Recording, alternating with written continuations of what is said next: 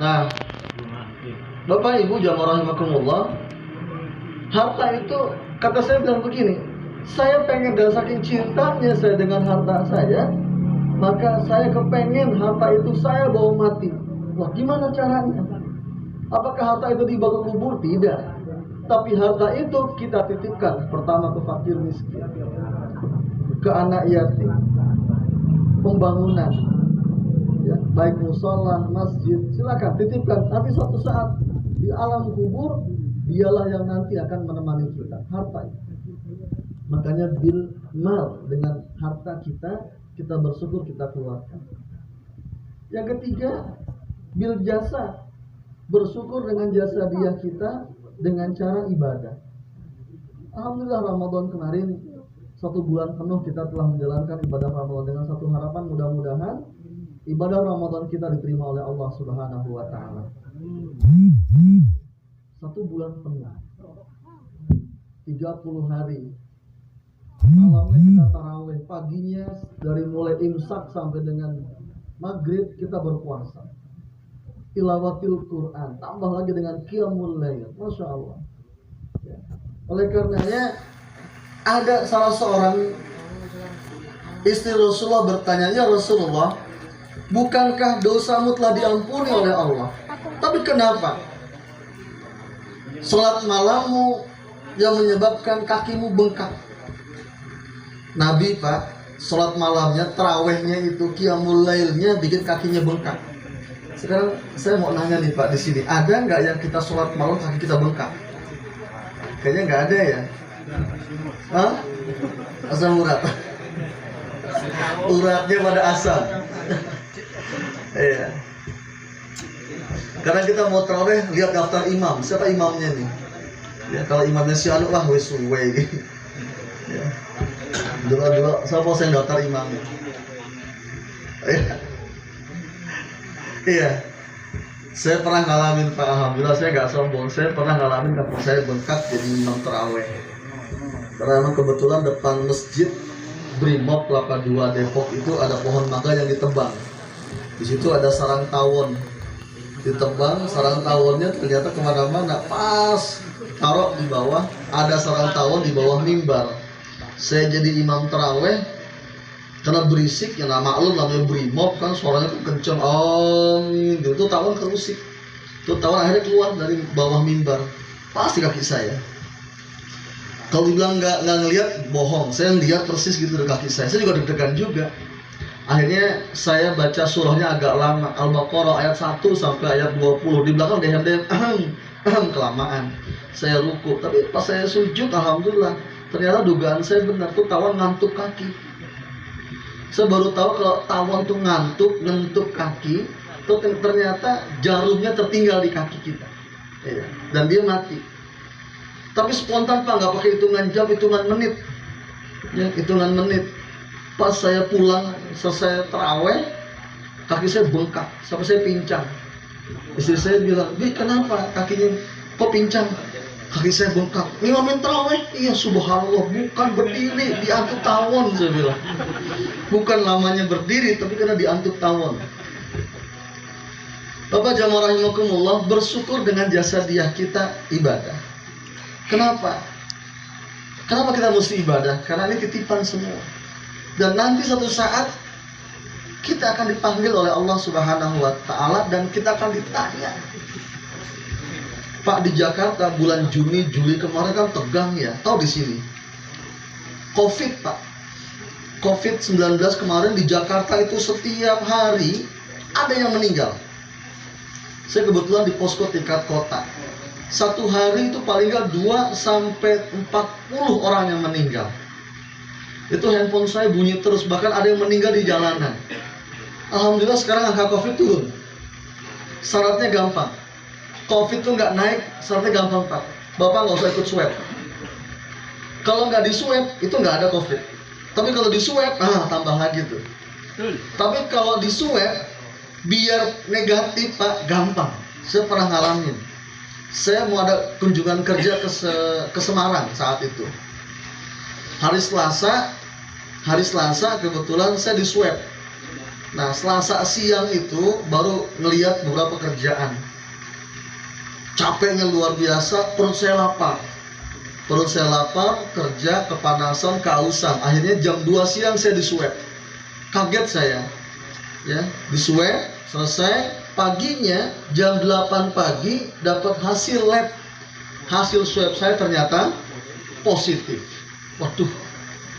Pengumuman dari pemerintah Kota Depok, anggota dewan yang positif tidak jadi berangkat. Aduh, hilang duit saya nanti.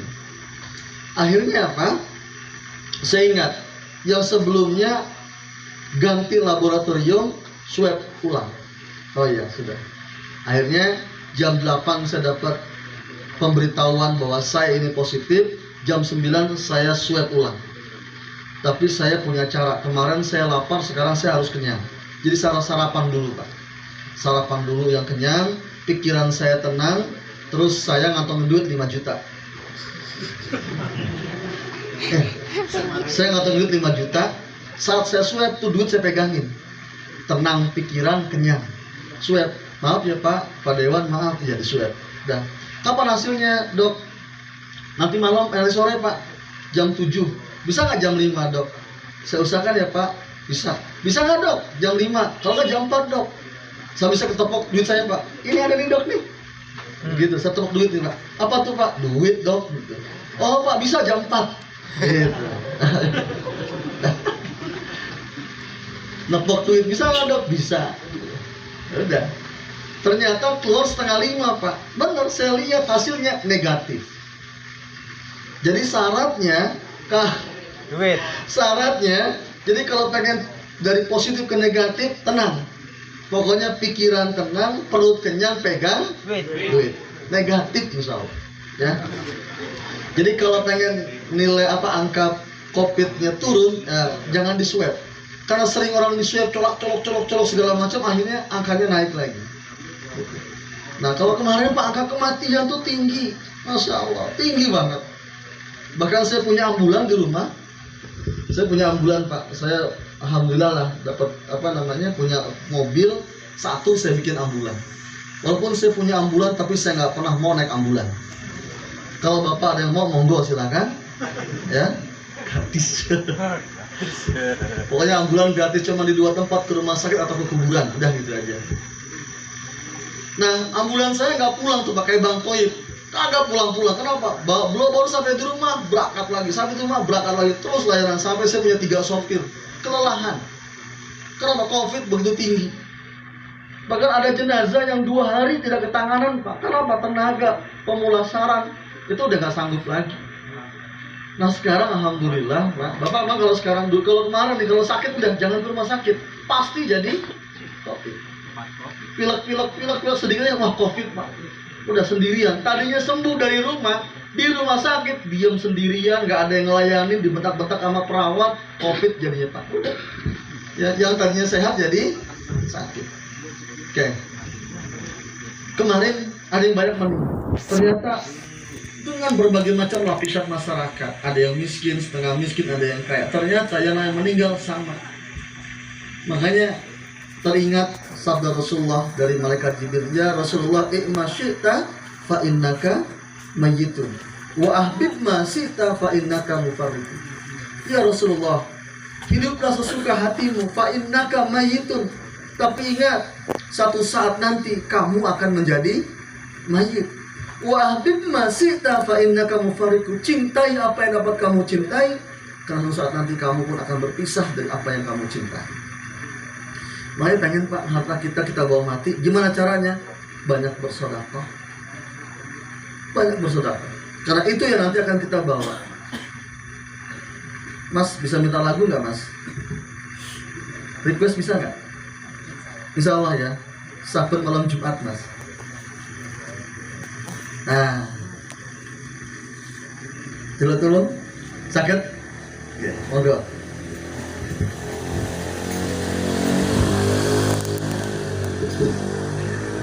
Allahumma salli wa sallim wa barik alaihi wa ala alihi. Allahumma salli wa sallim wa barik alaihi wa ala alihi. Jumat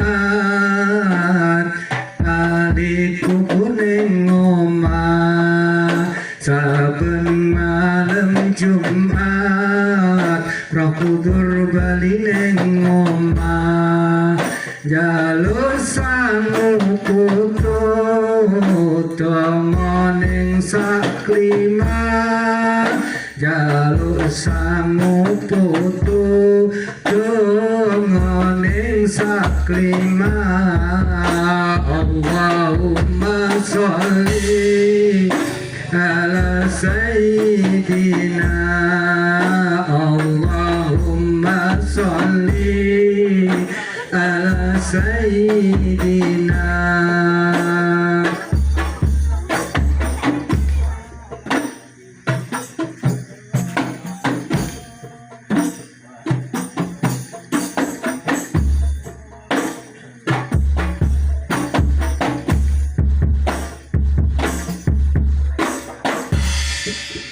Hanya disingkat Pak Yai sebab waktunya nggak mepet. Baik, terima kasih. Matur nuwun. Ini kalau dicampur sari, jaluk request kan bayar ya? Ya, bayar saya. Monggo. Ke siapa nih? Nah, pegang. Nah, kasih ke pimpinannya. kalau di dangdutan itu dicampur sari, masih semangat, masih nyawer, wis. Nyawernya sing suwe 2000-an. Syukron Pak Yai, terima kasih. Ya Pak, saben malam Jumat ahli kubur bali nyang omah. Jaluk wajan Quran walau sak kalimah. Namun ora diparingi terus mulai berbes milih begitu ya? Nah, gitu ya kalau nggak salah. Setiap malam Jumat ternyata ahli kubur kita datang ke rumah. Minta apa? Minta doa dan bacaan Quran. Nah Pak, sodakoh itu akan sampai ke alam kubur. Sodakoh kita. Makanya tatkala kita punya uang, punya rezeki, perbanyak sodakoh. Baik, saya lanjut kepada hikmah akikah. Dari syukur tadi, dari syukur kepada Allah bil lisan, kemudian syukur bil jasad, syukur bil mal. Yang kedua, hikmah akikah apa?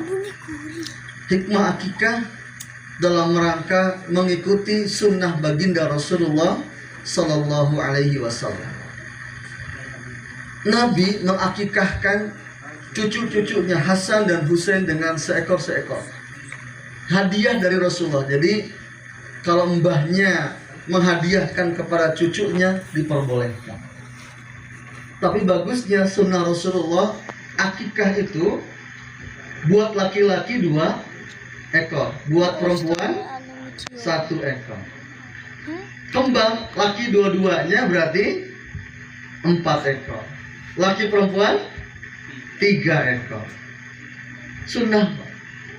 Barang siapa yang mengikuti sunnahku, kata Rasulullah, nanti akan bersamaku di surga. Makanya luar biasa hari ini Mas Yandra mengikuti sunnah Rasulullah Sallallahu Alaihi Wasallam. Kebetulan saya di Depok Pak, saya juga usaha saya akikahan. Jadi di sini banyak karyawan saya. Jadi saya punya label namanya Nurul Akikah. Silakan nanti di Google ya, itu ada Nurul Akikah, pasti itu keluar tuh. Ya nama saya di situ. Lumayan dagang kambing. Dagang kambing jadi anggota dewan Pak sekarang. Yang ketiga, saya persingkat, hikmah akikah adalah merajut tali silaturahim. Ini kalau seandainya nggak ada akikah, saya nggak mungkin kesini Pak. Panjenengan juga dari Bonsari nggak mungkin kesini. Tapi dengan akikah, alhamdulillah, saya jadi kenal dan juga jadi lebaran. Badannya orang andingan wis nekene wae, kepetuk nekene kabeh wis. Jadi silaturahim, tumbuhkan silaturahim dan semangat silaturahim itu sendiri. Silaturahim itu ada 3 hikmahnya, saya persingkat. Yang pertama, orang silaturahim itu panjang umur. Sekarang Pak, mohon maaf, salaman udah nggak usah pakai jauh-jauhan, salaman langsung cek gitu ya. Kalau di Jakarta kan kalau salaman kayak orang ketakutan Pak, jauh gitu ya. Atau sekarang salaman nggak begini Pak, pakai jemput ini udah kayak orang main tinju. Terkadang kalau lagi makan nggak pakai ini lagi, kita pakai sikut. Gitu. Terkadang tangannya repot pakai kaki. Aneh gitu Pak sekarang. Ya. Jadi silaturahim sudah dipotong-potong dan dipangkas itu. Terkadang ada pejabat yang nggak mau sama sekali kesentuhan, bahkan takut, saking takutnya. Saya pikir loh pejabatnya hebat banget nih. Ketemu kami anggota dewan nggak mau dia. Saya dengar Pak, si Anu sakit, oh, bisa sakit juga ternyata.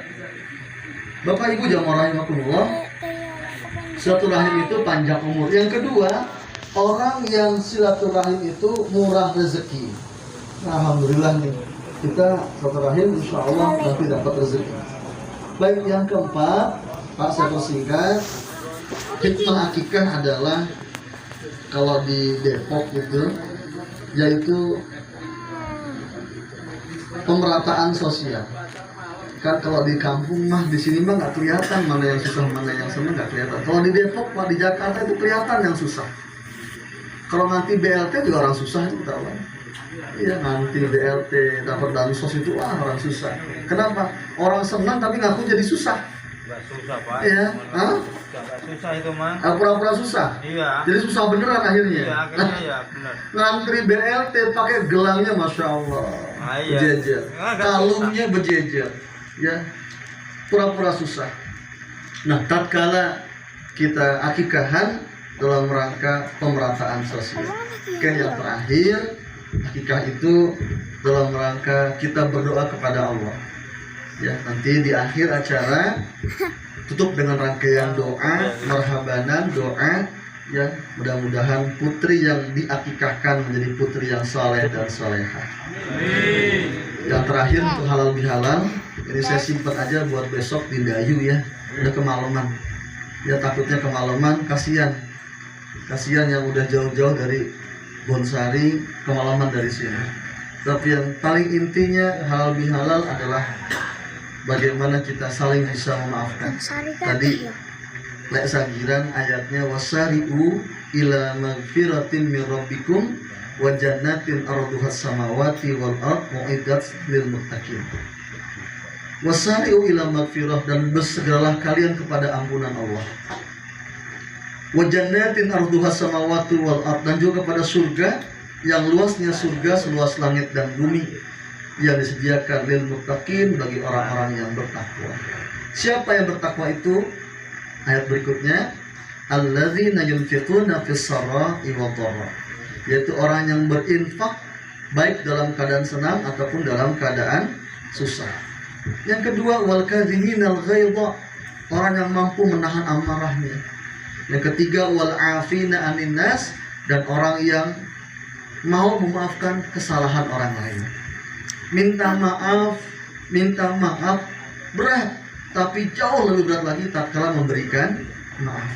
Nah, ini dalam rangka halal bil halal, mudah-mudahan dosa kita dengan sesama manusia dilebur pada hari ini, dan mudah-mudahan dosa kita kepada Allah di Ramadan kemarin telah diampuni oleh Allah Subhanahu wa taala. Mohon maaf lahir batin, wallahu muwaffiq ila aqwamit thoriq. Wassalamualaikum warahmatullahi wabarakatuh. Waalaikumsalam warahmatullahi wabarakatuh.